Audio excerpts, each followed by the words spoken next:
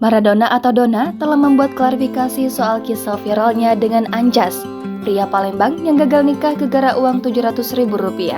Apalagi pihak Anjas berencana melaporkan ke polisi perihal uang Rp35 juta yang diberikan tidak dikembalikan. Menurut Dona, uang Rp35 juta tersebut telah diikhlaskan oleh pihak Anjas. Dona juga mengaku uang 35 juta tersebut sudah dipergunakan untuk keperluan pernikahan seperti sembako, hajatan, dan sewa dekor. Selain itu, Dona menyebut pihaknya tak menjanjikan pelaminan saat pernikahan di rumahnya, karena dirinya hanya mau pernikahan yang sederhana saja. Dona juga menyebut tak akan mangkir dari panggilan polisi dan akan datang klarifikasi masalah Rp35 juta.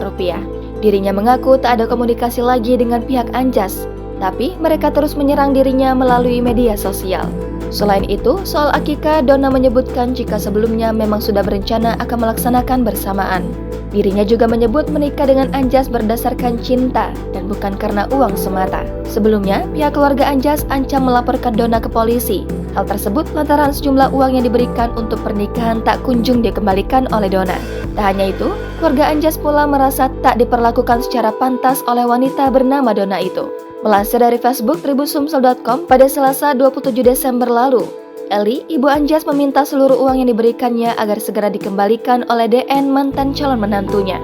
Ibu Anjas lantas memberikan keringanan untuk mengembalikan uang Rp6,7 juta terlebih dahulu, serta emas 2 suku yang sebelumnya telah diberikan. Ibu Anjas juga sangat berharap uangnya dapat dikembalikan mengingat jumlah Rp35 juta tidaklah sedikit baginya. Uang 35 juta itu pada malam itu sudah diikhlaskan dengan saksi, kepala desa, sekretaris desa, P2N, perangkat desa, kedua orang tua saya, dan saya sendiri. Jangan lupa subscribe, share, komen, dan like ya!